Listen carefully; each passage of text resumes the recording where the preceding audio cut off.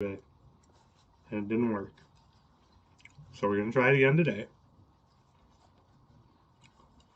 See how it goes. I've got a lot better. What do you call it? Pit rate today.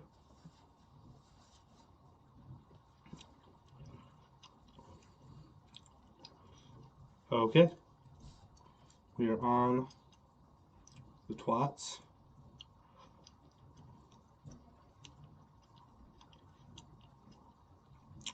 We are on the YouTubes,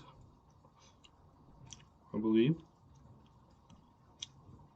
Boom. So, without further ado, Jim, that is Christmas episode.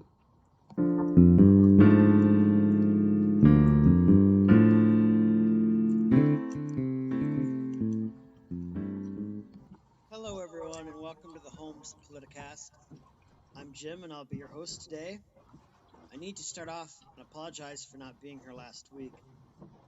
I'd hate to come up with excuses, but I do have an excuse, and that is that for some reason last week my internet was down. Now, on my computer, like I could get on the internet other places, but on my computer, I couldn't get on the internet. It kept saying that I had a firewall blocking my connection to the internet. And I couldn't figure out what was wrong with it. I tried and tried and tried to figure it out. So there was no way I could download. Um, I mean, I could record it, but I couldn't download it on there without the internet. So anyway, just the other day, I was just fooling around with it, trying everything humanly possible. I went through and troubleshoot and just, I don't know. I went through and I changed all of my settings. If it said on, I turned it off. If it said off, I turned it on. I mean, I just was just fooling around with anything, trying to make it work, trying to figure out because it happened out of the blue. It's not like I installed some new security measures or anything. Just all of a sudden out of the blue, it just wouldn't let me on there. So I didn't know what the problem was. And then so I just turned off my computer and let it sit overnight.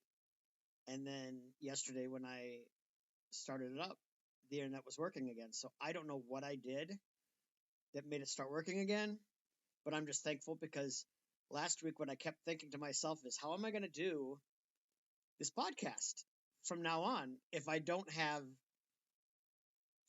if I can't get on the internet? I mean, it's you know I was like, this is just ridiculous. I'm going to have to get a new computer, which I don't have money for. I have to find a way to get a new computer, and until then it might be months before I can do another podcast. So I was really kind of bummed and trying to figure out how I could make this work in some manner. But it all worked out. And honestly, if it happens again, I have no idea what I did to make it work. So I can't, so I don't know. But anyway, long story short, it's working now, obviously, as you know, or you wouldn't be listening to this.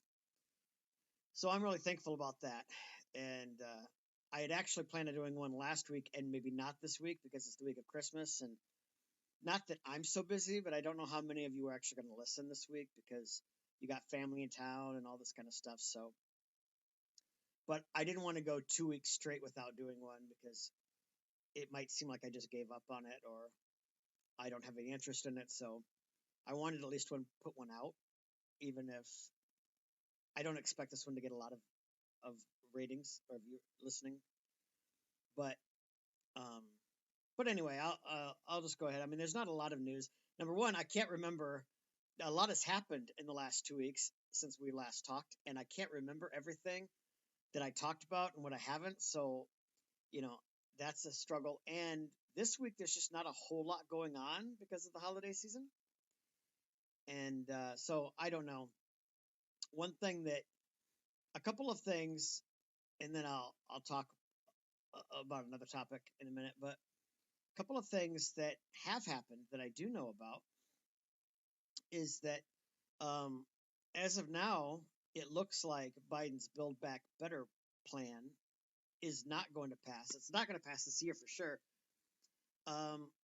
there are several different theories going on, uh, because on one hand, Joe Manchin of West Virginia said he wasn't going to support it, which effectively killed it.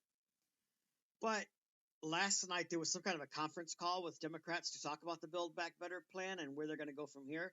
And Joe Manchin was in on that phone call. So there's some speculation that maybe it's not completely dead. He might be willing to negotiate, and maybe his saying he wasn't going to participate or he wasn't going to vote for it was a way of kicking them in the butt to to negotiate with him by him pulling out. Now they're like, well, we need to get something done, so we'll actually negotiate with him. I don't know. It could have been a tactic to get people on board to negotiate and compromise, or maybe he's just having some second thoughts because a lot of Democrats were upset with him and he was getting a lot of heat from the party. So maybe he just thought, well, it doesn't hurt to at least talk, and so I don't know. So I don't know where it's at because the pundits are saying it's dead, but then other people are saying, well, don't call it dead yet. I mean, it's on life support, but it could still survive. So I don't know. We'll know more in the beginning of the year what happens with that. But I will say that the Democrats' chances of retaining the Congress are looking slimmer and slimmer every day because this was one of Biden's. There's a number of things here, a number of problems that this has created because number one, they haven't accomplished that much. I mean, they got a few things done. I have trouble remembering all of them right now, but they got a couple of things passed. I they did they no, honestly I can't remember now. It seems like it had something to do with the stimulus or something, but they really haven't got anything substantial passed. Nothing that Biden ran on really, and the virus just keeps mutating, and every month it seems like we have a new, more improved, evil plot, out to get us. It's even worse than the last one. Then it was just coronavirus, which was the deadliest, worst, scariest thing ever to hit our planet since 1918. And then just about the time that all the fears were quelled, all of a sudden, then the Delta variant come along and it's bigger and badder.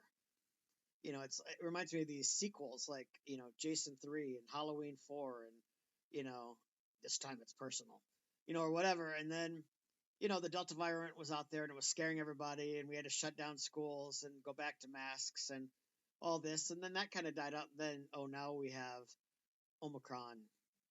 The, this one is bigger and badder than anything we ever predicted before. This is the real one, folks. And who knows if there's going to be another one out there. But the point is, Biden ran on, he was going to eradicate the virus. He was going to put a stop to this. This was going to end. Unlike Donald Trump, who only cared about re-election and how he looked and not enough on stopping the virus, Biden was going to do it. Oh, he was going to do it. And he hasn't done it. And now he's blaming everybody. It's not his fault.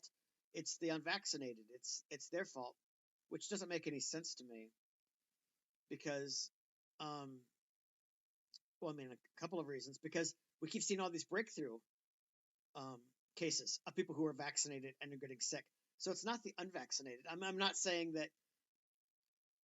I'm willing to concede that they might be some of the cases. I'm not saying that they aren't, that no unvaccinated people are getting sick, but that's not the problem as far as if that's what Biden is arguing, that it's just the unvaccinated. They're the problem.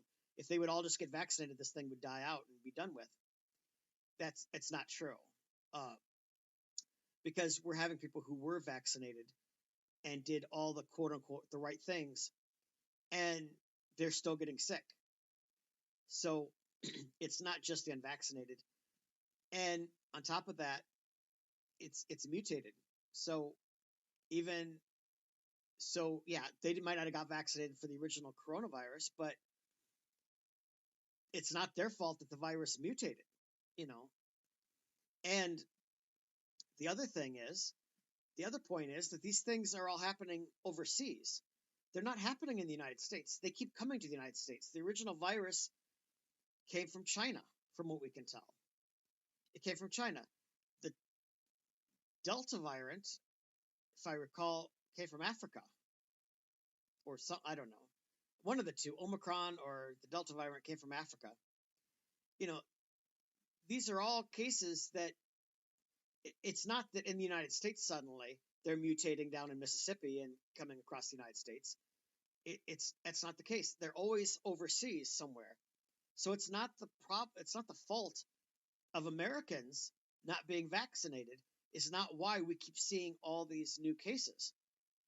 They're coming from other places. So why is he blaming the unvaccinated here in America as if it's their fault, and and creating this kind of peer pressure? Blame them. If you want life to return to normal, make sure everyone's getting vaccinated. It's their fault that we still have to wear masks. It's their fault that we still have to social distance. It's their fault schools are being shut down and hospitals are being overrun and all this kind of stuff. Just get vaccinated and this would all go away. Well, that doesn't make any sense because this is coming from other countries. So presumably, even if everybody in the United States is vaccinated, these breakthrough cases are coming, or these mutations are coming from overseas, and they're creating breakthrough cases here in the United States. So it's not the fault of Americans. It's not their fault that this is happening. So that really annoys me that he, ran on the platform of he was going to eradicate the virus, and it's not being eradicated. Now he's trying to blame the unvaccinated. It's all your fault. It's all you unvaccinated people. You're the ones who are keeping this going, and it's your fault that all these lockdowns are continuing. And it's not. It's just not. And he's not fulfilled that. So that's a bad sign. Of course, militarily and foreign policy wise, you all remember Afghanistan. I mean, Biden has been an absolute disaster on the foreign policy front. Afghanistan, again, I wanted us to get out of Afghanistan. I'm not one of these war hawks who wants us to continue endlessly into war. But there were better ways to get out of there than the way Biden did it. Now, the UN has called it a humanitarian crisis in Afghanistan. It is people are literally starving to death. They're dying tragic, horrible deaths since we've pulled out of there. And now that winter is coming, they're expecting lots more people to die of frostbite and hypothermia and still of hunger and other things. I mean, we're talking, these are tragic, torturous deaths that are happening because of the way that we pulled out of Afghanistan. And that blood is on his hands. He's the one who did this and has turned his back on those people and said, I did what I did. We pulled out. I'm done. I'm not even going to look back and see what we could have done differently or anything. It's just pathetic. Biden had every opportunity. He keeps blaming Trump. Well, Trump is the one who set the guideline. Yeah, he did, but you had plenty of time to change that guideline. Again, he wants to blame the former president for all the problems. Well, everything that happened there, it's all Donald Trump's fault because he's the one who set the date for us leaving. Yeah, but you are the president. You had the ability, your hands weren't tied. You had the ability to be able to say, that might have, we assume that Donald Trump didn't set it up for failure. So he had time to say, the former president might have had good intentions and everything, but the facts on the ground have changed. So we can't pull out at that same time that he had planned because these things have changed now. So I'm going to alter the plan a little bit. We're still going to pull out of there, but we're going to do it this way and not the way that Trump had planned because the situation it's fluid. It's changed since he put that in motion that we were going to pull out by this day. So that's just nonsense. Again, this is him trying to deflect responsibility and blame somebody else. It's all Trump's fault. Don't blame me. It was Trump's fault. He's the one who wanted to be out by that day. Yeah, but Biden, you ran against Trump, claiming Trump didn't know what he was doing. So why would you say, according to your own logic, you thought Trump was a horrible president? He didn't know what he was doing. He was putting Americans in danger. So why would you say, oh, well, Donald Trump wanted it, so we're just going to do it the way he wanted because, of course, he's a genius. And, by your own admission, you think that Donald Trump was wrong. So why wouldn't you change the policy? Why would you continue and say, we're going to continue Trump's policy? And then it turns into a disaster and then say, well, hey, it wasn't my fault. I warned you about Donald Trump. That doesn't make any sense. If you were that concerned about his policies, why didn't you look at all of the things that he had planned and say, we're going to do it differently? I don't like how he did it.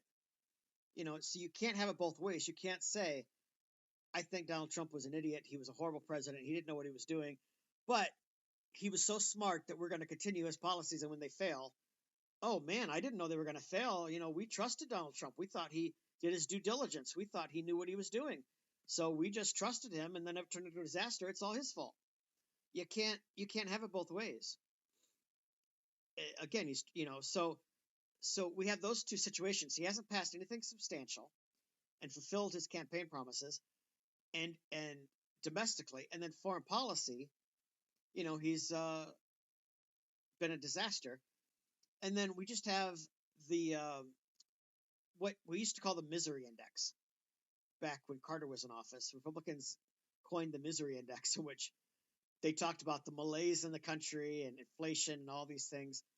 And they had, I don't know, honestly, I don't know how they figured it up, but they figured up some kind of a misery index, meaning, it was above 50% or whatever. And like I said, I don't know how the point system, but we're entering that again. I mean, there's nobody, not even Democrats, are excited about what's going on right now. The whole country seems to be in a malaise, like it was during Jimmy Carter. Just they're, it's not that Republicans don't love their country or anything right now. We still love our country, but it's just hard to be excited about our country. It's hard to be excited about the direction we're going.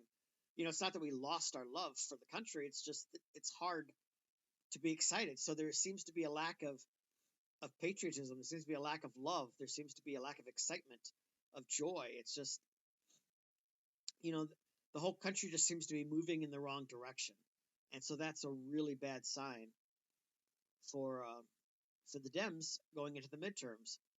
Now, there could be some breakthrough cases of Democrats winning, like state races and certain maybe Senate races and stuff. But overall, it seems like the country is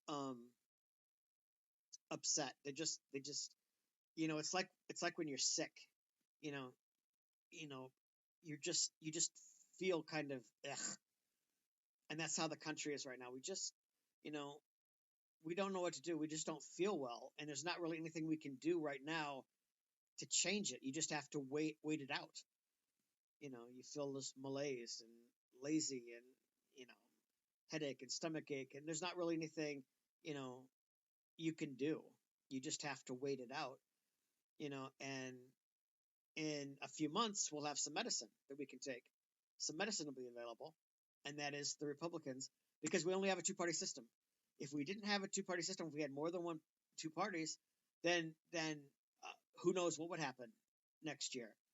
But the problem with the two-party system is that you only have one other option. So if Americans are feeling this way and Republicans are in power, like they were in 2020, we vote the Republicans out because we just don't feel good. We're annoyed. We're just frustrated. We're just sick of everything. And so you have to vote for the Democrats. That's the only option you have.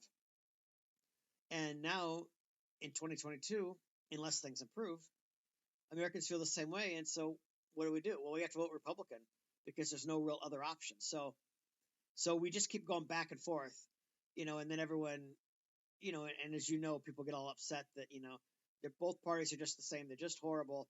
Nobody's looking out for us. Well, yeah, because we only have the two options. So, we just keep trying the same thing over and over again. We get sick of the Democrats, so we vote for Republicans. And then after a while, we get sick of the Republicans, we vote for the Democrats. And, and they're like, well, the definition of insanity is doing the same thing over and over and expecting different results.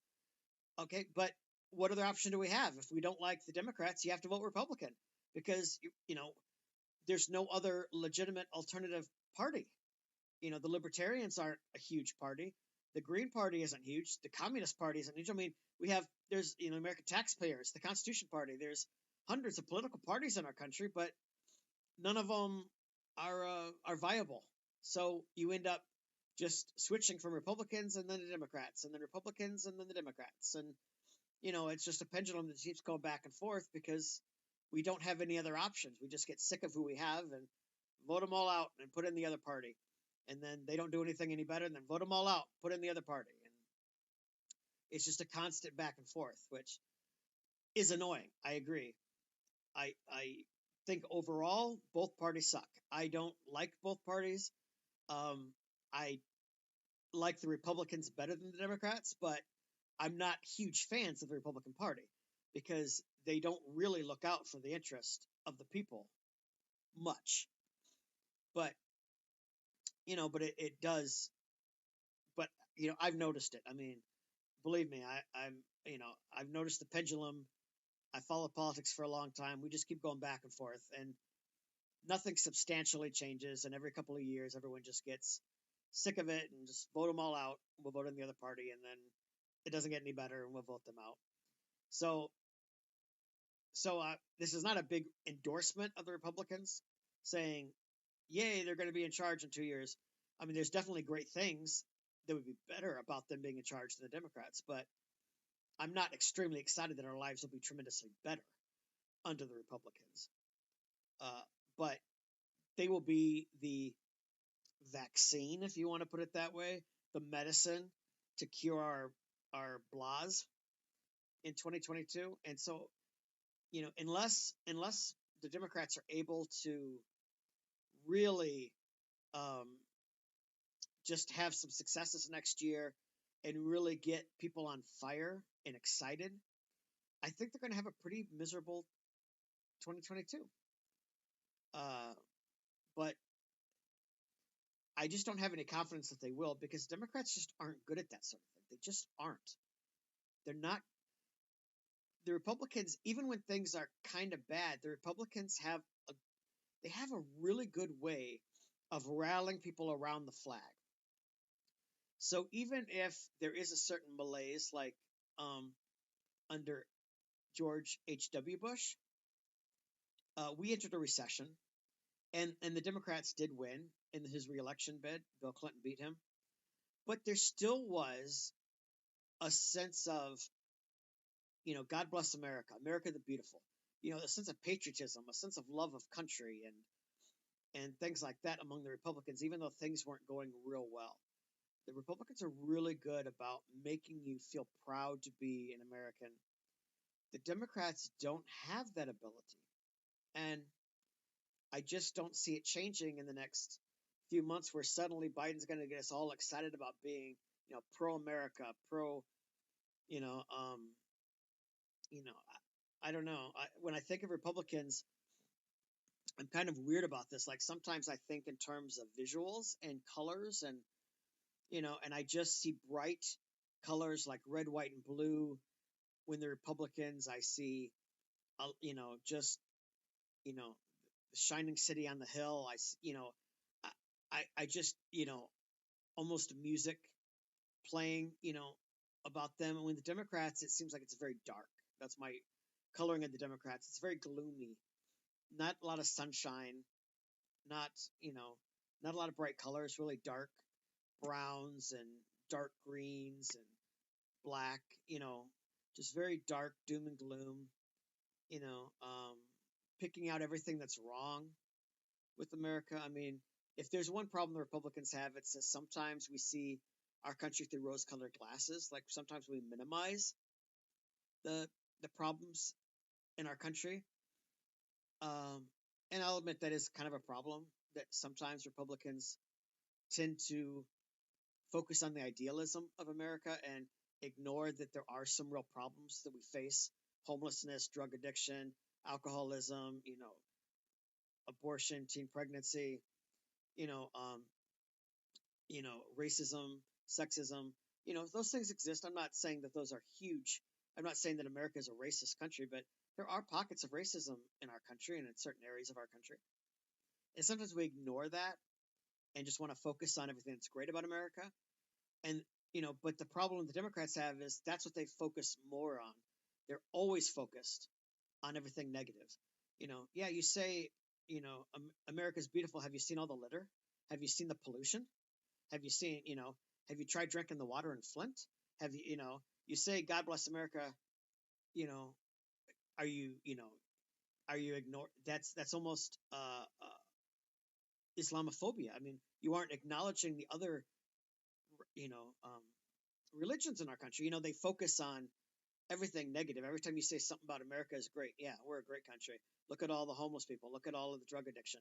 Look at the racism. Look at the police brutality. Look at, you know, they just seem to focus always on the negative about America. And it seems like the Republicans focus so much on the positive. Sometimes we have trouble admitting that America has flaws. So, but because of that, when I think of the Democrats, I picture doom and gloom. They have trouble talking about how great America is because they're always so focused on all the problems that Americans have, all the problems that are facing America. And so it's hard to stand up and say America is great because in their mind, America is not a great country if it's filled with racism. America is not a great country if women aren't paid equally with men. America is not a great country if it doesn't recognize all these different religions. America is not a great country, if we allow the rich to get richer and the poor to get poorer. So because they're so focused on it, it's hard for them to really focus on the greatness of America because it doesn't ring true with what they are with what they are running on, that we want to make America better. And so America's not really great if it has to be improved that drastically. It will be great once we get these problems solved, but you can't just look from the mountaintop and say, oh, everything's great in America, when there are so many challenges. So the Democrats have trouble, is my point. They have trouble encouraging Americans, getting them excited about being American, looking at all of the great things about our country, the flag waving and, brass bands and these great patriotic songs, and thinking about great men and women too. I mean, in our history and all these, there's just so much great about America, and I can't even go into all of it. But they have trouble doing that because they feel like they're ignoring the real issues that are facing our country by glossing over it and saying, America's great. America's beautiful. America is the number one country in the world. We're the best. They have trouble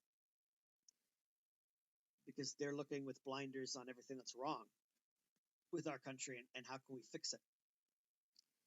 So anyway, if the Democrats were able to do that, to really get people excited about being in Americans again and excited about our country and all this, then yeah, they might have a real chance in 2022. But I just don't have any confidence they're going to do that. I think they're going to double down, and their campaign will be, if you elect the Republicans, doom and gloom is going to happen. Things are going to get worse. And then they're going to go through, again, all the bad things about America, all the reasons why, Confederate statues and the Confederate flag and the racism and the ugliness and white supremacy and what people need is an injection of patriotism right now. We're just deflated. We're demoralized as a people. Our country doesn't seem great anymore. It doesn't seem good anymore. It seems just like everything is going wrong. Everything that could possibly go wrong is going wrong. Our economy is going bad. Our foreign policy is going bad. Just he can't get anything done. Gas prices are going up. Inflation is going up. It just seems like everywhere you turn, something's going wrong. And we don't have any real leadership in the White House. He's not leading our country. He's just managing the government. And there's a total difference between making sure the trains run on time and actually leading the country. Like Ronald Reagan talked about, leading us to a better country, the shining city on the hill. This is our goal. And he's leading us toward there through his policies, through his speeches, making Americans believe in themselves again, and enthusiasm and excitement. And Biden's just managing the government. He's making sure that, that, just the basics laws are being faithfully executed. He's just, making sure that the State Department is working and that, this kind of stuff. He's not really doing anything exciting. He's just managing the government, signing bills if they actually got something passed, signing a bill into legislation or, going on a foreign policy trip and, meeting world leaders. That's part of the president's job. That it just seems like he's just doing the job, but not leading people. So I think that they're going to be in some real trouble unless things turn around. And, and they could. I'm not writing them off completely. I mean, you still need to go out there and vote. You still need, your Republicans need to vote. You need to go out there and campaign and canvass and everything like that. I mean, I'm not saying it's a foregone conclusion that we can just sit home and there's no way the Democrats will win, because they could. There are ways the Democrats could win, but it's an uphill battle at this point. It's going to be an uphill battle for them to win in 2022. They can still do it, but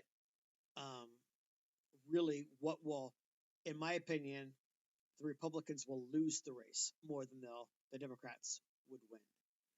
It's going to be up to the Republicans. As they say, it's the Republicans' race to lose. If the Republicans start acting stupid and doing stupid things, then the Democrats will win. Not because people love the Democrats, but because, again, there's only two options. If the Republicans start acting stupid and doing stupid things, then people will say, well, I'm so sick of the Democrats, but I don't want them in power, the Republicans in power. So we have to vote Democrat. There's no other option. So we'll just plug our nose and vote Democrat. So in my opinion, the only way right now that the Democrats would win is if the Republicans shoot themselves in the foot and do something stupid. And then just by default, the Democrats would win, not because people love them, not because people are happy with the country and the direction, but just because the Republicans don't seem ready to govern. We'll just stick with the Democrats, even though I can't stand them. We'll see in 2 years. Maybe we'll do something different, but right now we'll just stick with the Democrats. But anyway, another thing that I did think I do have to give Biden some credit for is I guess he praised Donald Trump in his efforts for the vaccine. And Donald Trump responded that he appreciated it. And he thought that was very nice of him. And I just never understood this about the Democrats. If you are not, I mean, whatever your opinions of Donald Trump are, and whether you think he acts like a child or whatever, it doesn't matter. Kindness goes a long way. If you're just nice to people, you can usually win people over. And Donald Trump really appreciated what Biden said about him. And he was asked about Biden, what Biden was doing, and he said, well, I find it really hard to criticize Biden because he was so nice in his praise to me the other day. And I thought about that, like, why have the Democrats been just so mean to Donald Trump? If they had actually initiated an olive branch, I think Donald Trump would have come around. I think he's easily flattered. And I'm not even a psychologist. I'm just an armchair critic. But anybody, I think, could tell that if you punch Donald, he'll punch back. But if you're nice to Donald, like Vladimir Putin or like Kim Jong-un, he's nice to you. So, if they really wanted to get Trump on board, which there's many things that Trump could do be a benefit to to our country right now, even as a former president, I don't understand why they didn't be nicer to him instead of blaming him for everything. Like Biden just said one nice thing about Trump. Now, I mean, it's not going to last. Trump's not going to never criticize Biden. But he found it difficult to criticize Biden in that moment because Biden had said he appreciated Donald Trump's efforts with the vaccine in Operation Warp Speed, getting the vaccine out quickly. He showed some kindness to Donald Trump. and Donald Trump reciprocated. I just don't understand why the Democrats never thought of that before, and why every one of them wanted to be rude, you know, and treat him as if he was, treat him like he was the coronavirus. Like, we need to stay away from him. We don't want to be around him. Um, you know, I just didn't understand that, because if you're nice to him, he's going to be nice back. And I think it's pretty much true of anybody. I mean, obviously, it's not 100%. It's not 100% promise, but 95% of the time, if you're nice to somebody, they'll be nice back to you. And that's just something the Democrats never seem to understand. Like, they do that all the time. Obama used to do that, where he'd refuse to invite any Republicans to anything. He would, even when the Republicans were in the majority, he would sign legislation. He'd bring all the Democrats over there, but he'd exclude the Republicans. He'd have a Christmas party at the White House. He'd invite the Democrats, and he wouldn't invite the Republicans. And then he couldn't understand why the Republicans wouldn't help him with anything, wouldn't help him pass anything, why they were showed so much animosity toward him. Well, you were a jerk to them. Why would they try to help you at all, do anything, when you've been nothing but a jerk to them?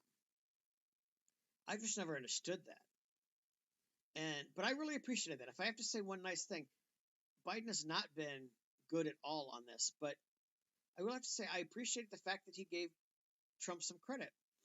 And I appreciated the fact that Trump accepted it with graciousness instead of, being angry. He appreciated it. He thanked Biden for saying something nice. I really appreciated that, and it's so nice getting near Christmas to see something, as my grandmother used to say, it does my heart good to hear that. I mean, to see this around this time of year, to see actual civility being shown to other people. Now, I don't know why Biden did it. I'm just going to leave it there, because, I have some theories, but I'm not going to get into that, because I'm just going to stop right there. I appreciate Biden for doing it, and I'm just going to leave it there. I'm not going to get into his motives or what he's trying to accomplish. I appreciate that he was nice. He gave Trump credit, and I appreciate that Trump accepted it with graciousness. And so, yeah. And we have a little bit of time left. I don't really have a whole lot to talk about. I do hope everyone has a great Christmas. I don't know when you'll be listening to this, if it's before or after Christmas, but it just doesn't feel like Christmas to me. I guess probably because there's not a lot of snow, and of course I'm an adult too. And that it's weird when you're a kid. Christmas is a magical time. I mean, things just seem to appear. Like, all of a sudden, there's just presents under the tree. Sometimes it's just a tree. You wake up in the morning and there's a tree in your house. There's presents. All of a sudden, there's cookies that have been made. And the house just smells good. And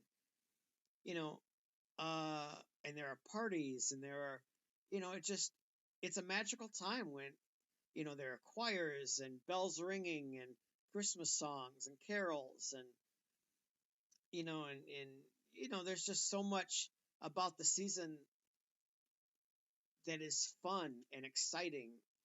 But when you get older, number one, you don't get a lot of gifts. I mean, you know,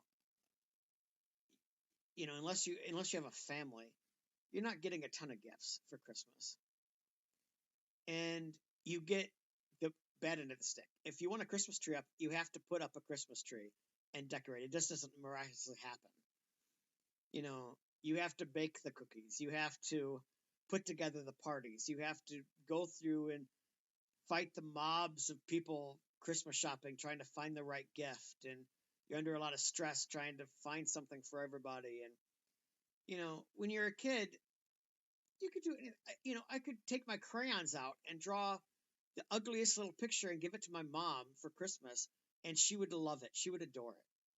I never had to worry about, well, will she like it? Will she, is this the right thing for her? My mom was happy with anything. If I had 25 cents and I went down, of course, when I was a kid, 25 cents could actually buy you some things. And I went down and bought her some 25-cent gift, it was the thought. My mom appreciated it. My dad appreciated it. they were so happy. It was so nice that their 8-year-old, you know, thought of them and bought them something with their own money. And, so there wasn't much stress. It was just, you went out and it was kind of fun. But when you get older now, it's like, if I want to buy something for somebody, I really stress over it. Like, what do they want?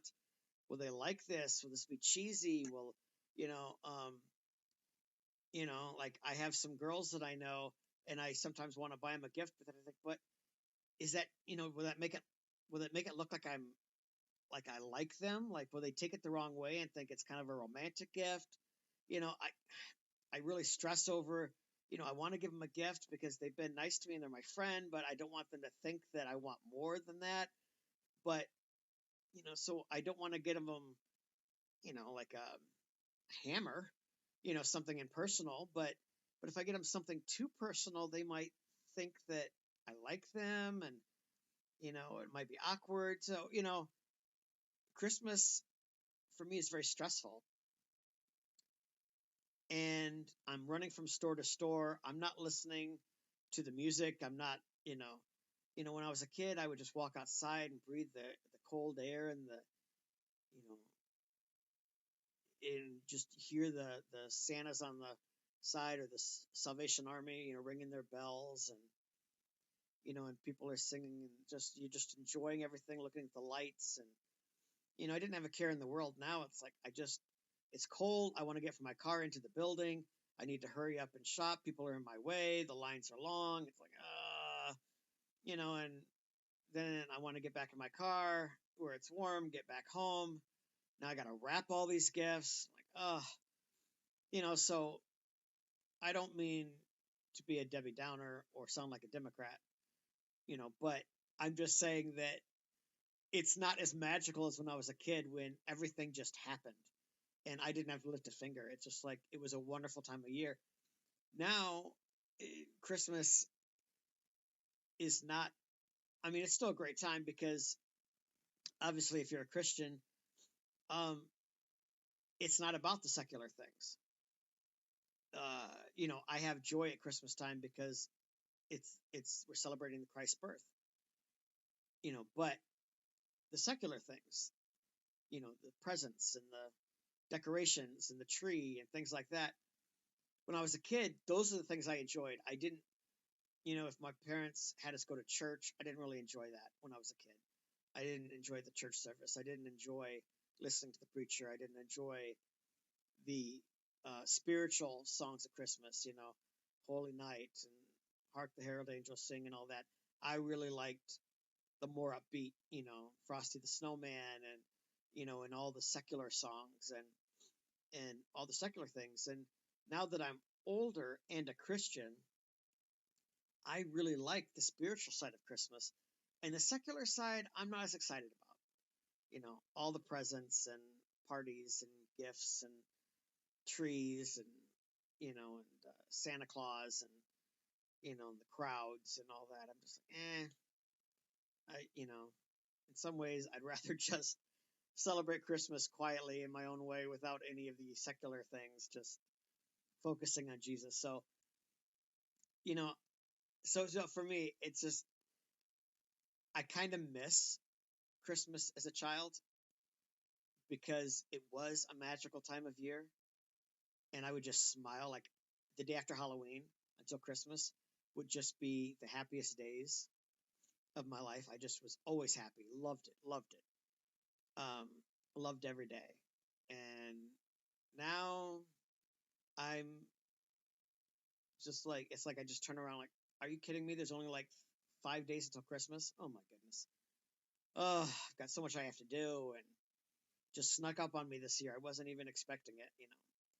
So anyway, well, we're just about out of time. I'm a little short today, but I wanted to put one out, um, to show you that I haven't forgot about you, and I'm still going to plug away at this.